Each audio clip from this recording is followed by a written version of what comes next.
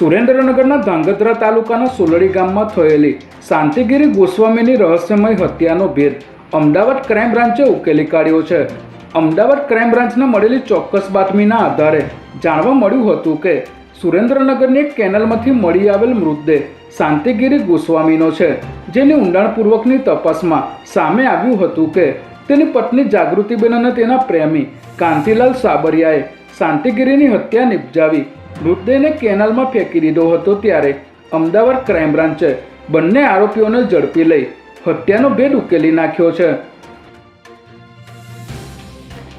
Ahmedabad airport પર custom વિભાગે મલેશિયાથી આવેલા મુસાફર પાસેથી 9.30 કિલો હેરોઇન જપ્ત કર્યું છે।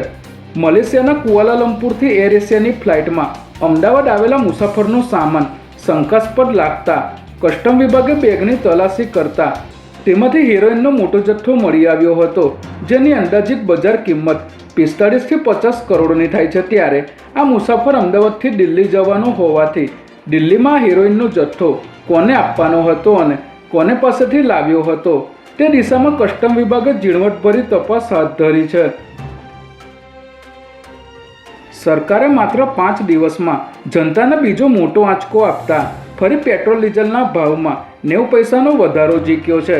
હજુ ગત શુક્રવારે જ પેટ્રોલ અને ડીઝલની કિંમતમાં દેશભરમાં લીટર દીઠ 3 રૂપિયાનો તોતિંગ વધારો ઝીકાયો હતો। ત્યારે સતત બીજા વધારા બાદ દેશના મુખ્ય મેટ્રો શહેરોમાં કિંમતો નવી સપાટીએ પહોંચી ગઈ છે।